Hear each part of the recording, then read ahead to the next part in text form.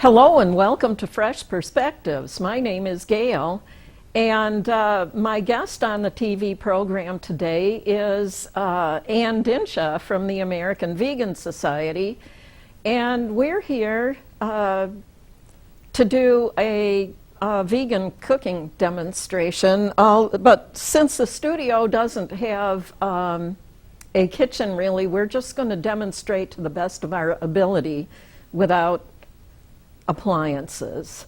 Thanks for coming on today, Ann. You want to tell our viewing audience about your phone call with your mother about today? Yes, I was talking with my mother, and my mom's done lots of cooking demonstrations through the years, and I've had the pleasure to do quite a few myself. And I was like, yeah, Mom, I'm working on getting my way out the door so I can get ready to do this cooking demo with Gail. And she said, are you nuts? Actually, I'm beans today, but we'll get into that part later. Yeah, I'm living in a cabin, and let's just say we have some issues with getting the heat to be reliable right now. And so I don't have a proper kitchen because I haven't built it yet. And so I'm packing from a cabin setup to come to a place that has no kitchen to have a whole lot of fun here today. Yeah, it will be fun. We have to apologize. We won't be able to do a really thorough job of showing you because of the lack of a kitchen.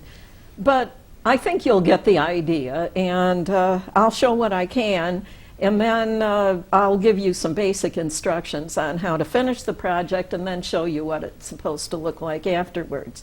Now, I'm here to show you how to sort through beans and rinse them and get them soaking so that you can cook them. I usually do this the day before I'm going to make them into a recipe. And I have a package of great northern beans here. And it's good to have a pair of scissors in your kitchen for cutting packages open. Because if you just try to tear this package open, the beans are probably going to go flying all over your kitchen. So then a lot of people use a plate. You pour some of the beans onto something and sort of look them over really good to make sure there isn't, pieces of pebbles and things in there, which sometimes there are pieces of twigs and things that you want to get out of there. And I usually just use the pan lid to do this. That we might want to get out of there. But I guess the rest of those are okay.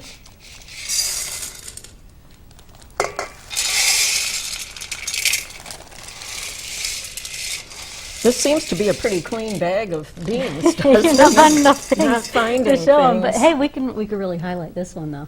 Yeah, that this is pretty icky looking, so you might not want to leave that in. But I have been known to find little pebbles and even thorns somehow. Oh, this is really icky. I think we want to get this out of there. So.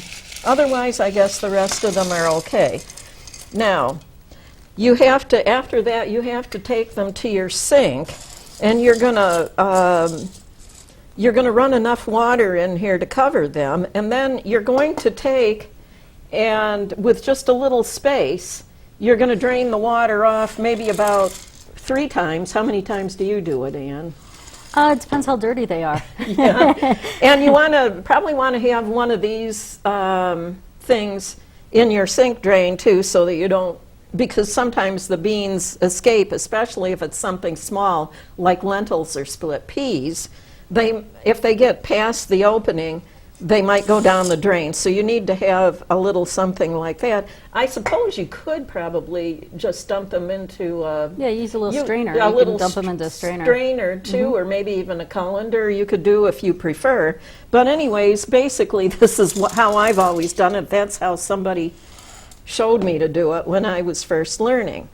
So then you want to put enough water in to more than cover the beans. in the pan and put them on the stove on fairly high heat to bring them to a boil. Now you can start chopping up.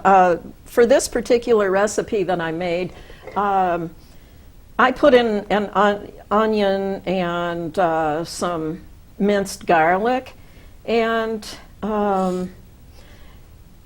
not right away. You can be chopping up the stuff while you're waiting for it to come to a boil, but you're not going to want to leave the kitchen while you're waiting for it to come to a boil, and you're going to want to keep peeking, because when they come to a boil, if you don't turn the heat down right away, what you get is this foamy stuff that literally comes up and over the sides of the pan onto your stove like a volcano. You've probably done that, haven't you, Ann? Yeah, I admit I do. Yeah. Once in a while it happens, so just to be careful, you want to stay close. And then after that, you can set the temperature. So you want to stir it too, you know, that kind of calms down the foamy stuff. And then you can add, after it's come to a boil, you can add your onions and garlic or whatever. If you were making refried beans, you might want some peppers in there with it. But this is kind of a baked bean recipe that I'm talking about here. And then just cook it on the stove, you know, until they're thoroughly cooked and the beans have absorbed most of the water. And then you can mix in some sea salt. I put turmeric in it yesterday when I made the ones that I made, and I put in. I like to, since baked beans generally people put some sweetener in it. I found that the sweetener I like the best in baked beans is really real maple syrup. So, and then you can put them in a baking dish and put them in the oven for a while, probably about an hour at a fairly low temperature. I was around 300 degrees. And this is how they look when they were finished. Looks yummy, doesn't it? Looks good. Smells good too with that maple syrup in it. So now I am going to let Ann Dinshah take over because she has some recipes for us. So I tried to bring a variety of things today. Often when people are trying to go vegan, they just take things out of their diet. They take the meat and the cheese out, and they don't really know what to replace it with. So there are so many things. It was hard to pick just 3. But we're starting with a fudge that uses nuts in the fudge. So the nut butter is a good source of protein for you, as well as some good wholesome fats. The chocolate, well, everybody likes chocolate, so I figure this is a good thing to start with, especially because it only has 2 ingredients. And I have to credit my friends, the Foxes, for this recipe, which comes from the book Dating Vegans. And so first we've got to make sure to turn on our double boiler here. Oh, we didn't. We forgot to turn that on, so it may take a little while because this is a very old hot plate. And if you don't have a double boiler, don't worry because you can kind of make one yourself. I just made this out of 2 pans that I had. So the double boiler has some water in the bottom, and it's like that much water. And then I just set this pot in there, which doesn't sit all the way down. I mean, it's sitting about that much down and into it.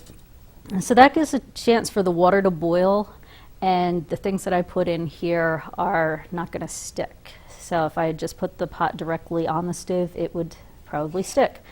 And maybe burn too. Yeah, make a big mess. So we'll have our beans boiling over, we'll have our nut butter sticking, we'll have lots to clean up. No, we're trying to teach you all the tricks to avoid all that.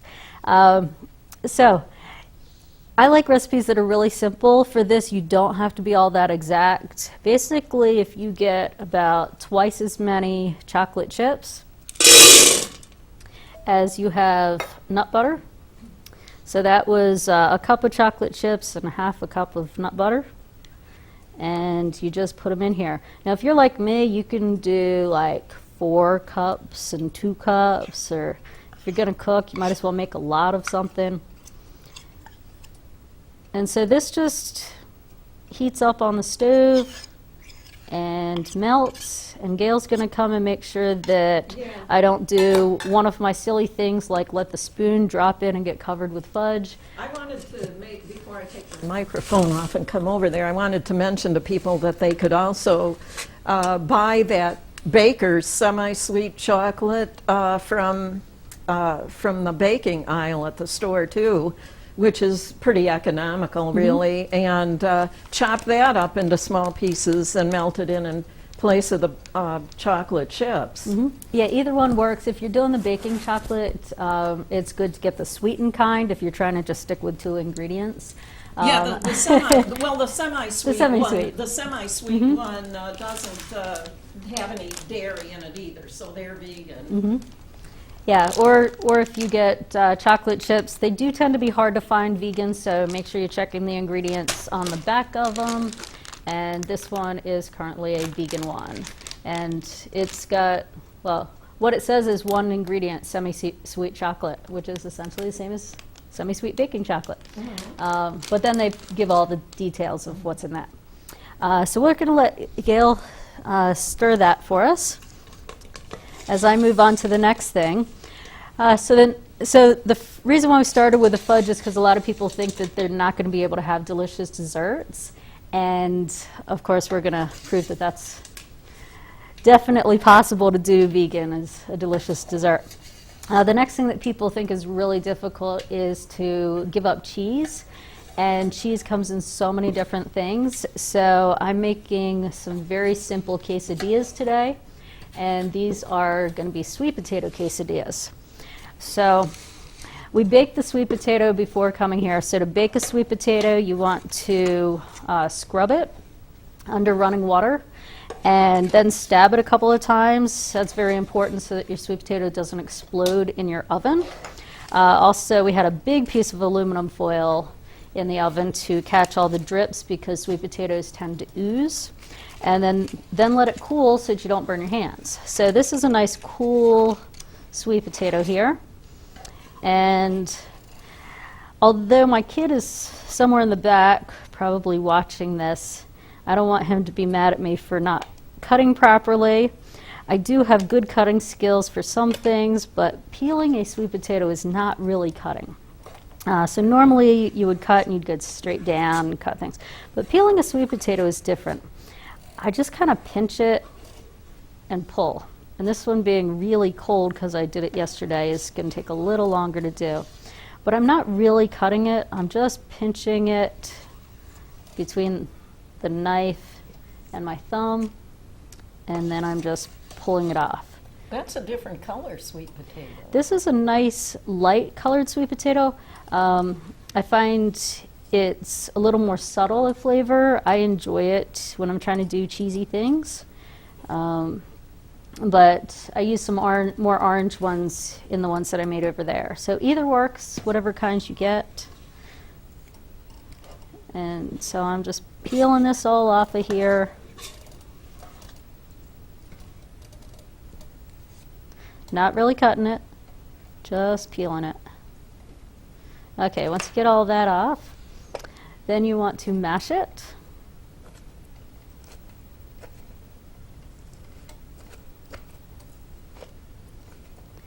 And I decided just to do one for a demonstration. Of course, when I'm making these for real, I do a whole pile of them. But mashing one sweet potato.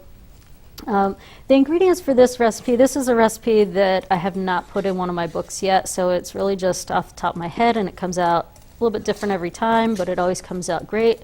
So it doesn't really matter what you do with it.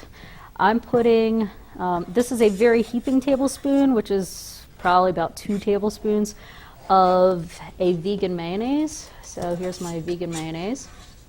And some people would like it with more of that, some people would like it with less. you can do that to taste, whatever you like. And now my fingers are really good and sticky. So I have my fake sink. Excuse me a second. Okay, a little less sticky.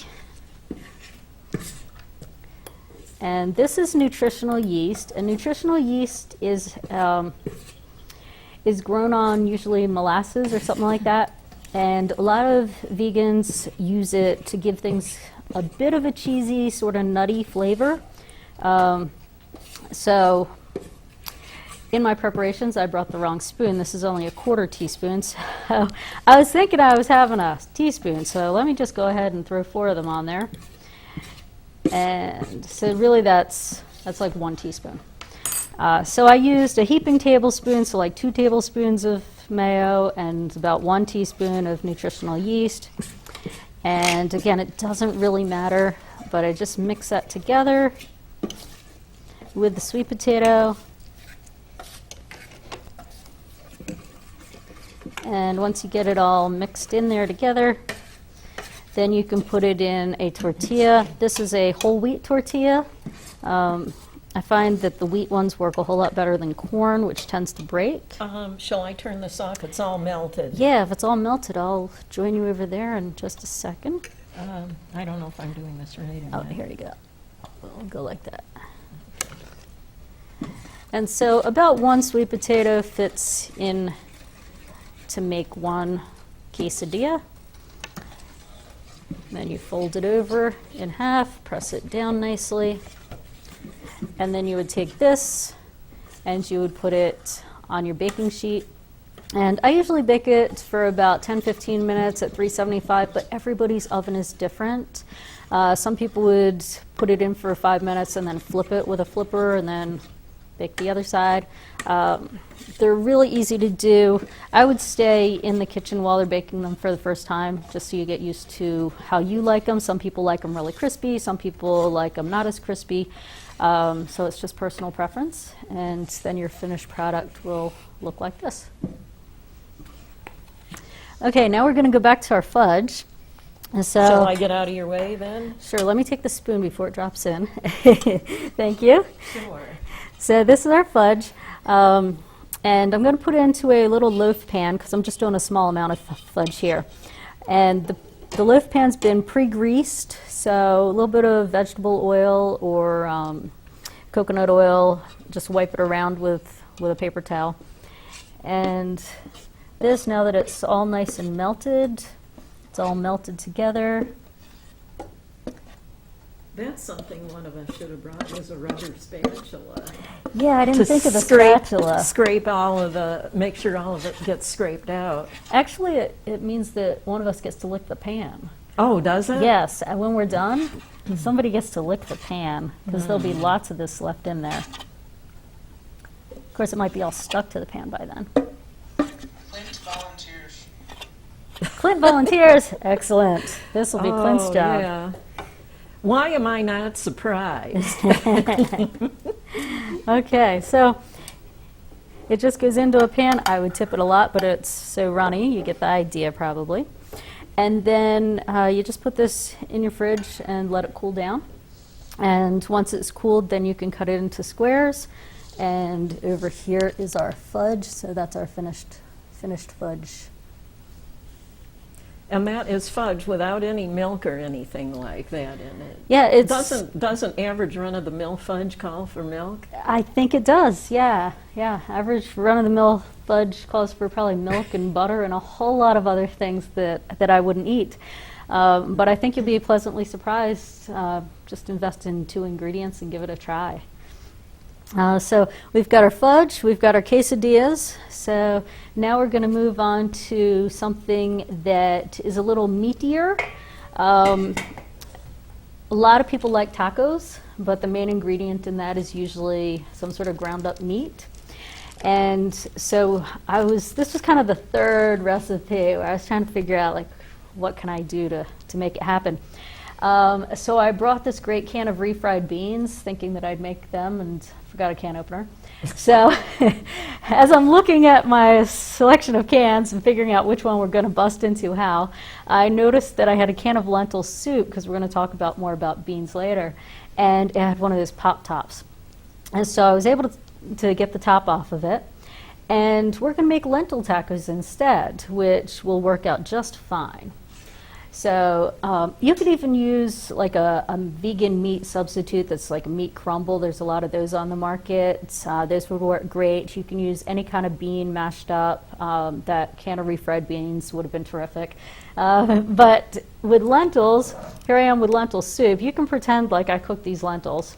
And I like cooking lentils because they don't take a long time. Like Gail did a great job describing the beans. But lentils don't take long to cook. So instead of planning the night before lentils, you can just cook them on up in about 45 minutes. Well, it's gotten to where I've gotten away from actually cooking lentils in recent years. I've more or less been sprouting them. That's another thing that people can do on their kitchen counters. You can get a mason jar, and there's certain kind of covers that you can get that are like a screen, you know, so that you can rinse them a couple times a day. You can grow them on your kitchen counter, and they're really good for you because they're a living food. They're alive while you're eating them, so you get a lot of energy from them. Well, we're going to show them how to use lentils that have been cooked to death because they're canned. But I think that you can find a lot of other things to put in there to make it much better for you. So I've got some fresh greens. These are some mixed greens that I have pre-washed and cut them into nice tiny pieces or slightly bigger pieces. And you can put some of that in there. I also brought some olives, so we can put some olives in here. And I opened up an avocado, nice beautiful avocado. Avocados are a good cheesy kind of substitute when you're doing things like tacos as well, and people love guacamole. So here's a taco, but to me a taco really needs some sort of sauce. It needs something else. Now you could buy a vegan cheese and put some cheese on top, but I thought I'd mix up a little sauce instead. Can I borrow your napkin? Oh, sure. Oh, take this one because, well, that one's There you go. kind of gooey. Thanks. Yeah. Sorry, my napkins are out of reach. Okay, so to mix up some sauce, I don't know what I used to do before vegan mayonnaise came on the market, but I've been inspired to make so many recipes with vegan mayonnaise. So It helps, doesn't it? It does. It helps. It helps a lot with those transition foods, with the things that people go, oh, I can't be vegan because, and I'm like, oh, well, I never thought of that being an issue. So I just took a healthy scoop of vegan mayonnaise, and now I'm going to take some hot sauce, and so this you can put it as however much you want for however hot you want it to be. And it says you only need a drop, but I don't believe that. So I'm gonna mix some of it up here.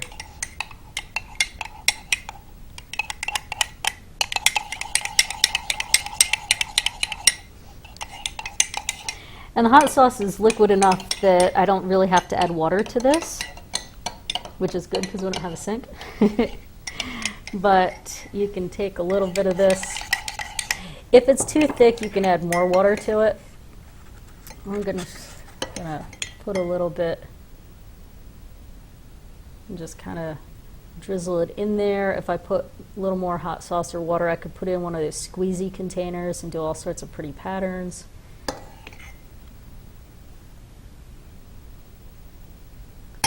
But there we have a taco decorated. Looks yummy. Let's see, can you see that? There we go. Okay.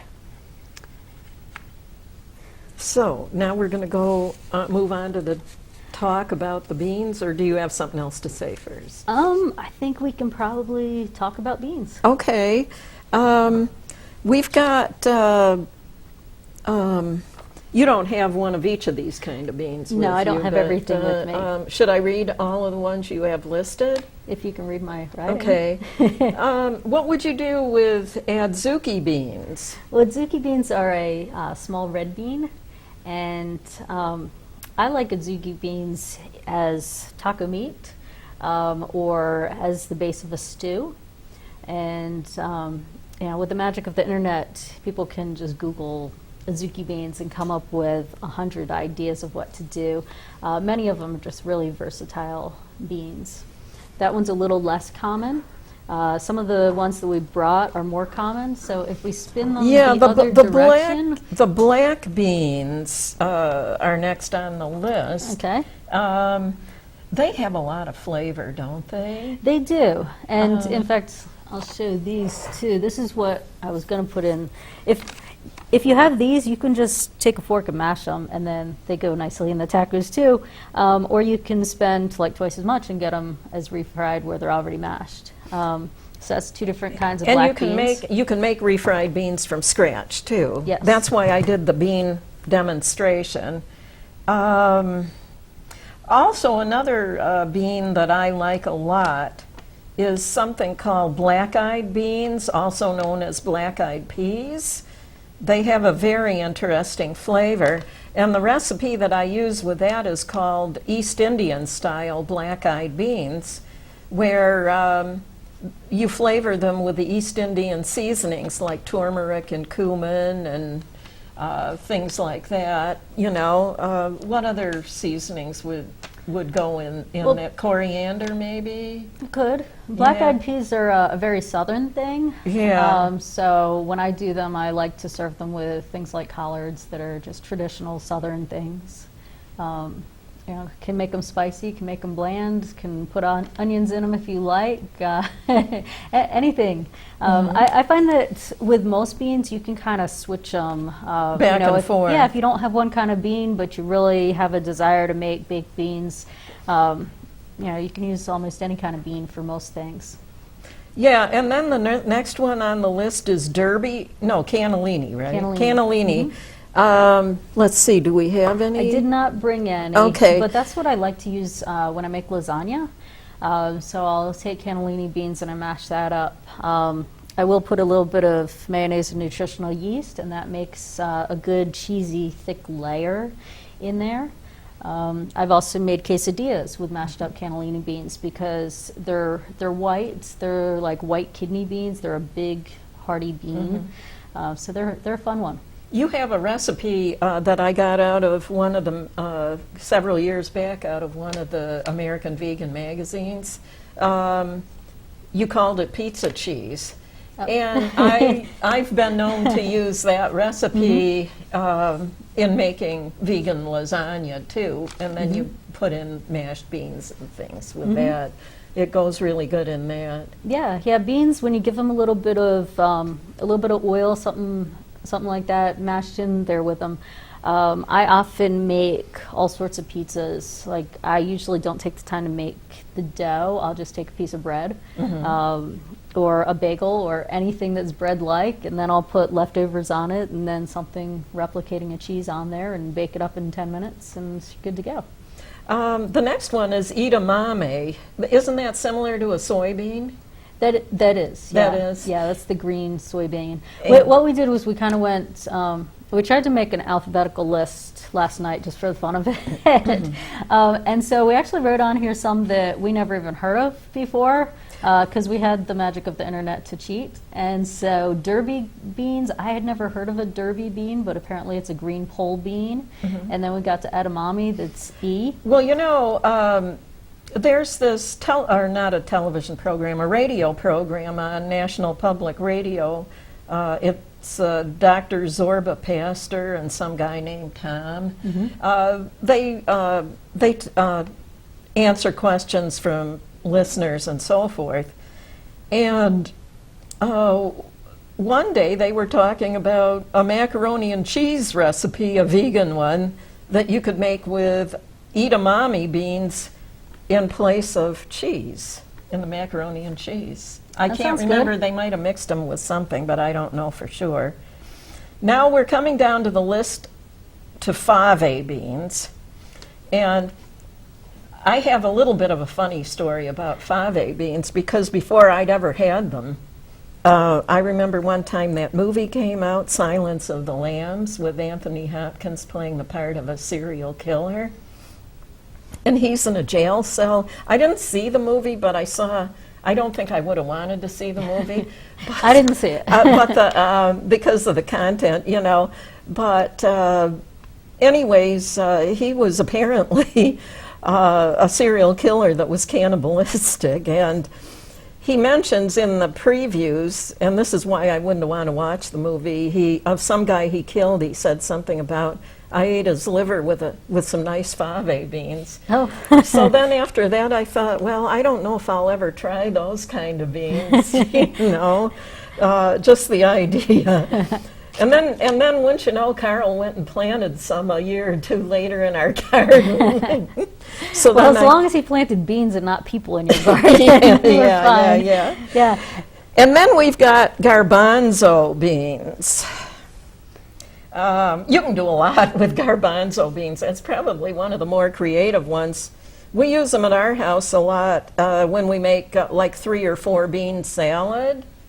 They go really good. I mean, they taste good. You can just even throw these in a tossed salad. They go really good with a little bit of nice vegan salad dressing. And hummus too. Yep, Yeah, that's hummus. what I was going to say. They're Hummus. most commonly for hummus. This is the bean that's most usually used in making hummus, and you mix it with something called sesame tahini and a little bit of lemon juice, and you can put in, you know, some roasted vegetables too, and olive oil usually, traditionally. Right, olive oil, yeah. Most people put garlic in. Garlic, yeah, garlic goes really good in it. So it's just I think it's a favorite bean with a lot of people. Well, if you're making hummus, generally you do it in a blender, something that makes it nice and smooth. If you just mash it, then you can make something that's more like a tuna salad with garbanzos. Maybe you put a little bit of celery in there and some different seasonings. And so that's very popular. And these days, the most popular thing to do with garbanzos, which are also known as chickpeas, is you drain off the water and you save it, and then you make incredible desserts like meringue pies using aquafaba. And aquafaba just means bean water. The beans have been cooked in. Yeah, so for garbanzo beans, that's the most common bean water to use for aquafaba, and you use it in place of an egg, you whip it up, and you make a lot of amazing vegan desserts with it. You know, speaking about making other things out of beans like meringue, I've heard that there is such a thing as vegan marshmallows. What are they made out of? I don't know if you viewers know this, but marshmallows are not a plant-based food. Yeah, well, they typically have gelatin in, which comes from an animal. Animals, yes. yeah, from the hooves of animals, so we don't use them. I'm not really a huge marshmallow person. There are some brands out there. You could just, again, you could just Google vegan marshmallows and buy them online. Before I found out that they weren't even vegetarian, I used to, when I was like a kid, I used to love s'mores, you know, but haven't had them in a lot of years now.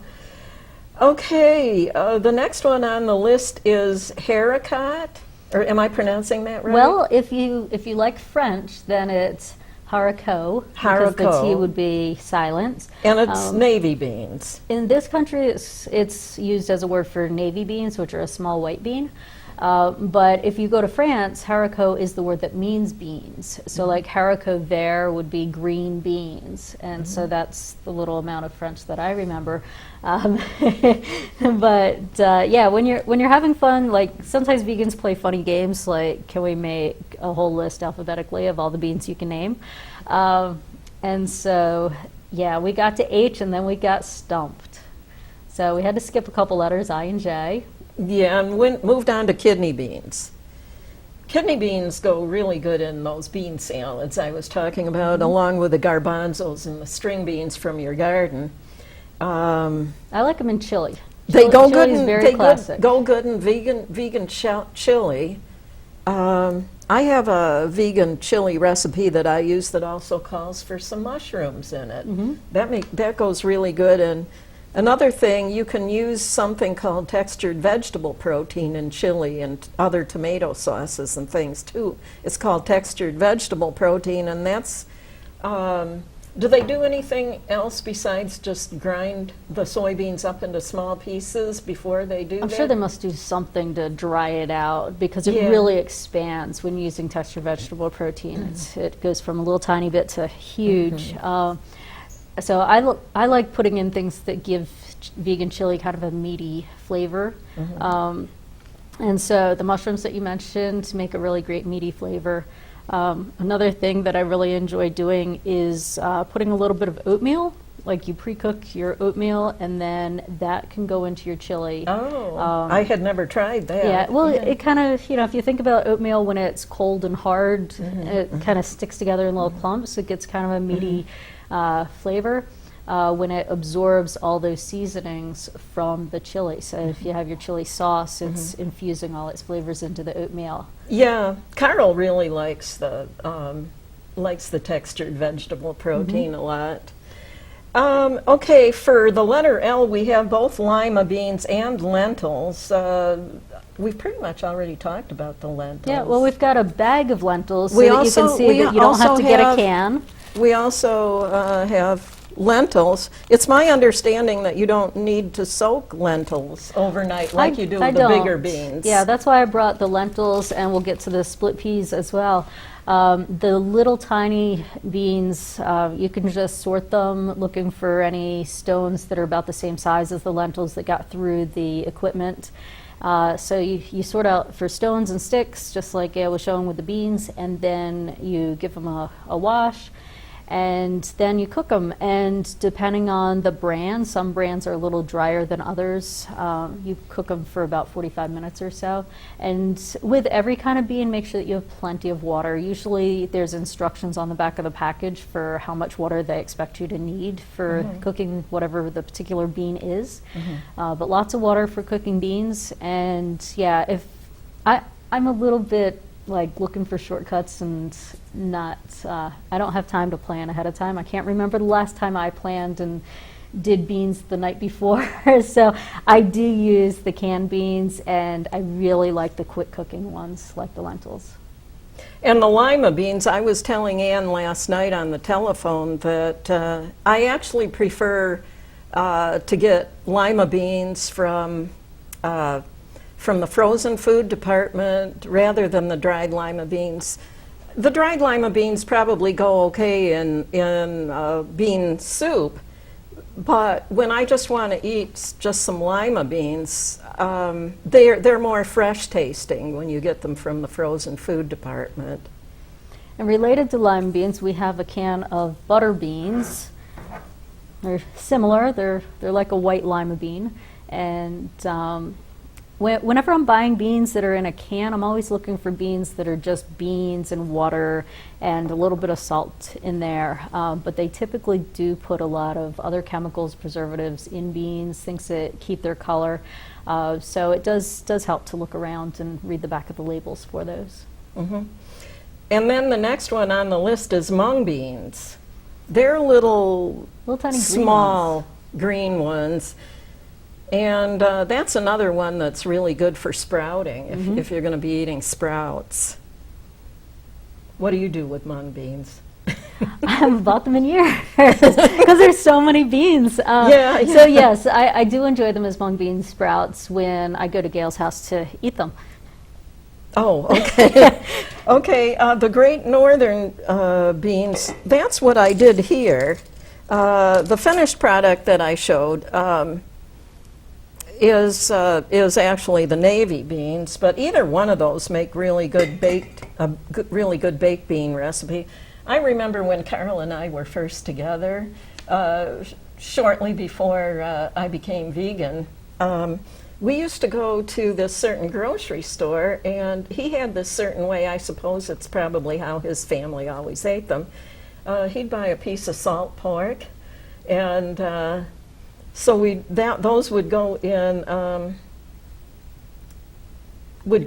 the baked beans. But then then I became vegetarian. I quit eating meat. So that was the end of buying that.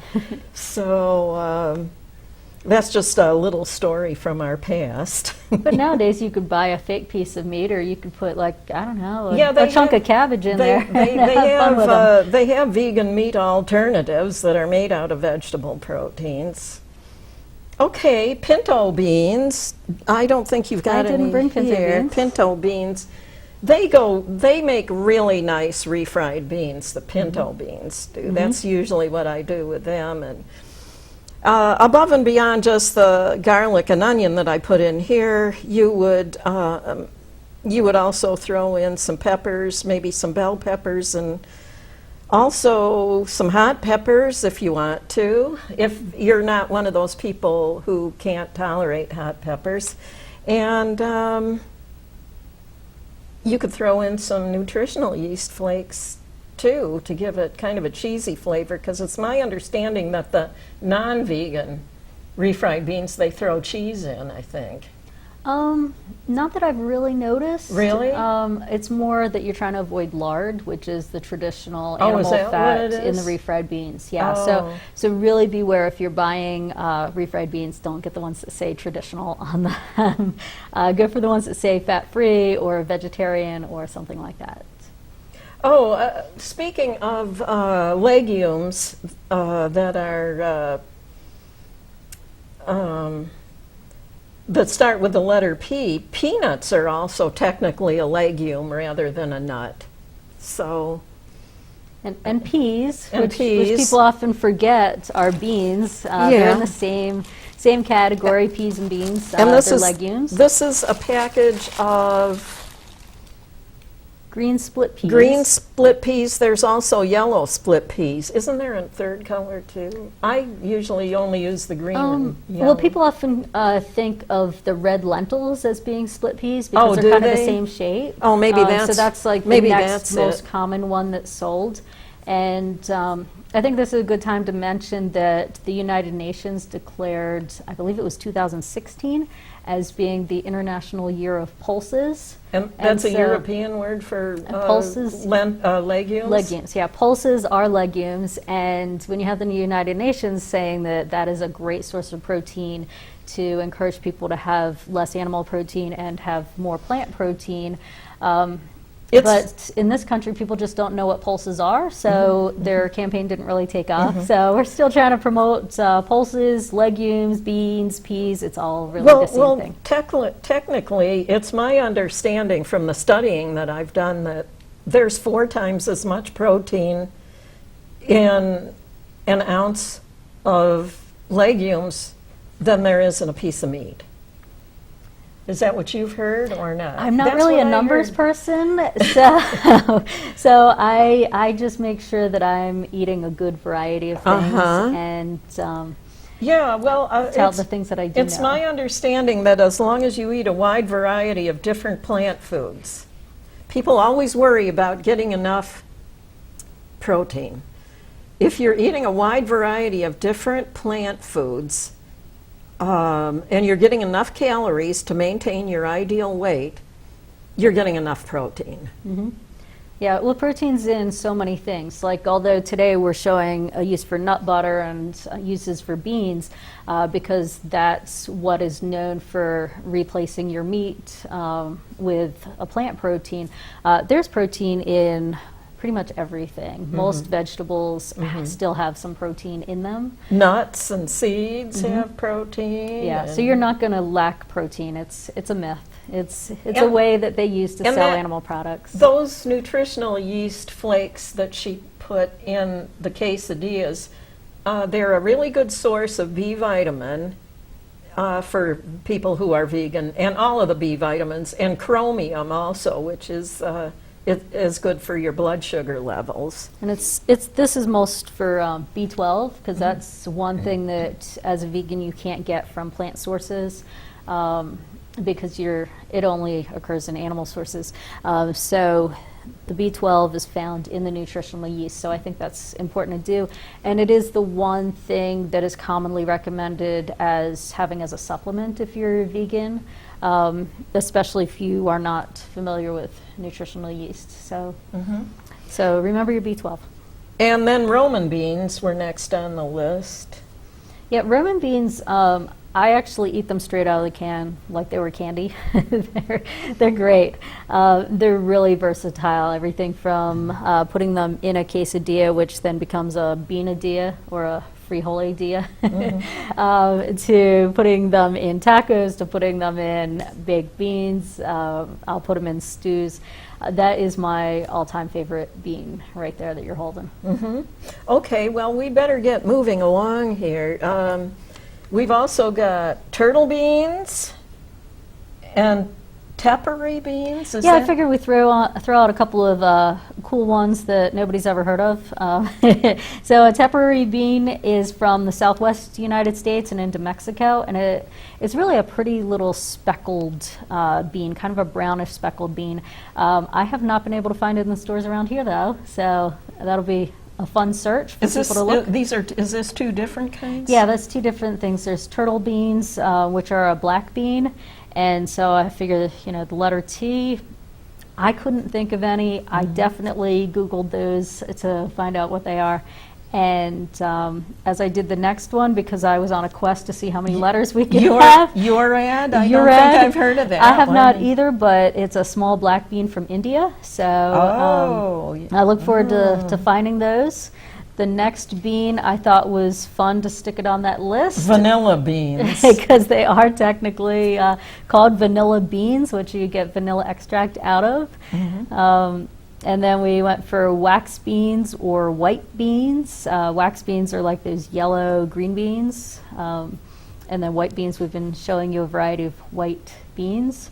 And then XYZ is kind of tough. You had yellow split peas. Yellow split peas, so I mean they get a workout. Yeah, can they've be been in here peas, two or split three peas, times. Yellow split peas. 2 or 3 times on the list, Green yes. split peas. So, okay.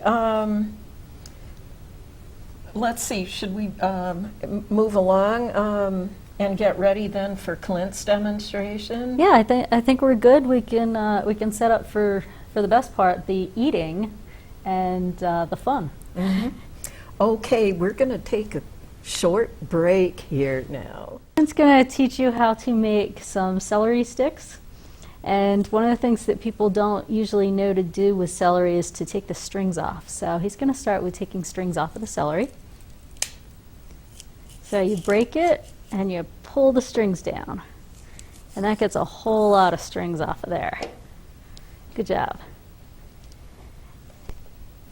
And then he's going to do it one more time.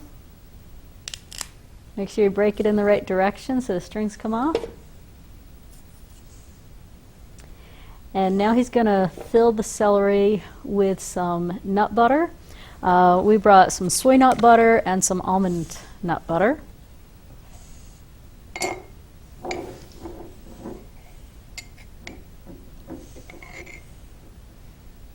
And he prefers almond today.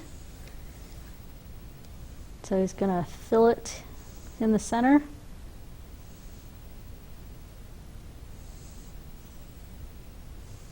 It's a lot of fun. Some people like it to be oozing out. Some people like it really neat.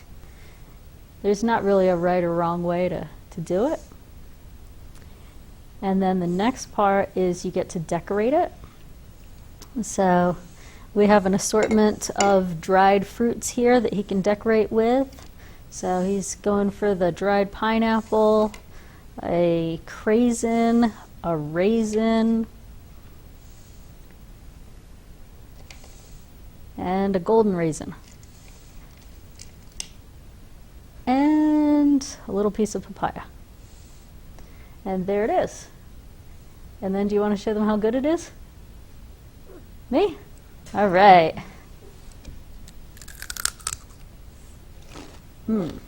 That's great. Made with love. Thank you, Clint. Now he's going to make some for everybody else. Well, here we are now. We've gotten through with all of the demonstrating, and we're sitting down to have lunch together by eating the recipes we made. And my husband Carl is to my one side. He is joining us for lunch. He's been hanging around with Clint Dinshah while Ann and I were demonstrating. Carl and Clint are buddies. So I'm gonna try something now. I'm gonna try the baked beans and the taco to start with, and then move on to the celery and the fudge. So far, really yummy.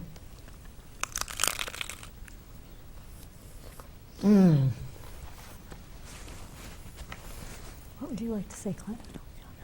It's my turn to talk. Apparently, Clint wants me to talk. He's eating a doesn't delicious mind. taco. One of the cameramen is on with us. It's Randy, down at the other end of the table from me there. There's another cameraman that doesn't want to be on screen, and the other one is going to come in and join us and eat as soon as we go off the air. This is a really good taco. Thank you.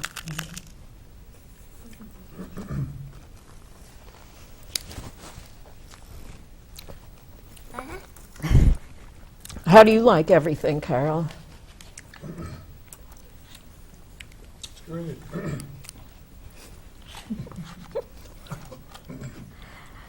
I'm afraid you're going to ask me a question as soon as I put something in my mouth. Oh, okay. What other things would you like the viewing audience to know, Anne, about vegan eating? There must be something you want to say. Well, just that most people who try to go vegan just subtract things, and instead to really challenge yourself to add things. So make it a game, go down the produce aisle and pick out something new each week, and then look up recipes. There are tons of recipes available. On the website AmericanVegan.org, there's a whole section of recipes and menus, really simple things that you can make using very normal, easy to find ingredients to get you started. So I encourage people to really learn about veganism, learn about it from 3 sources. So you can learn about it from Gail on her show, but you can learn about it by reading a book. You can learn about it from going to a vegan event. And so online is an amazing amount of information. But one of the best things to do is to have a friend who's already being vegan to kind of help you with the food shopping, come over and cook dinner with you, something like that. And so if you're looking for a vegan friend in your area, Gail has a whole group of people who get together, and I'm sure they'd love to be friends with you. They're all really nice, friendly people. And what's the name of the group, and how do they find you? Okay, it's the Chautauqua County Vegetarian Vegan Society. And my phone number is 753-7761. Ann Watkins, who is the other coordinator, her phone number is, I think it's 789-4334. And she has, you can go to her on email. It's annwatkins@juno.com. And there is also a Facebook page. The Chautauqua County Vegetarian Vegan Society has a Facebook page. Also, we have our dinners at the Y in Westfield. Usually we don't have them in February and March. We've changed the day. We used to have it on Wednesday evenings, and now we have it on Sunday afternoons, except for the summer months. We're going to do it on Wednesday evenings. But the next dinner will actually be the second Sunday in April at 1 o'clock in the afternoon. And you can call and let us know if you want to come. We usually do a potluck where everybody who comes that knows how to do vegan food preparation brings the dish to pass, and they get a discounted price of only $2 for their dinner. Otherwise, it's $6 per person, which is very reasonable. If you don't know how to prepare vegan foods. And we can help you learn while you're there. A couple of things I want to mention about vegan diets is you want to be careful because some people go on what they call a vegan diet, and they're eating kind of like junk foods, like potato chips and Oreo cookies and things like that that are technically vegan but have very little nutritional value. So it's So It's- if you happen to be watching this show and you're not in Chautauqua County, New York, you could go to AmericanVegan.org, and we have a list of vegan information points, so you can find someone local in your area who can help you as well. Oh, good, good. Yeah, that's really good. Well, thank you again for being on, and this is a really delicious lunch that we're having here. Thank So we're gonna sign off, and we're gonna go on eating while you read the credits. I'll see you in a couple of weeks.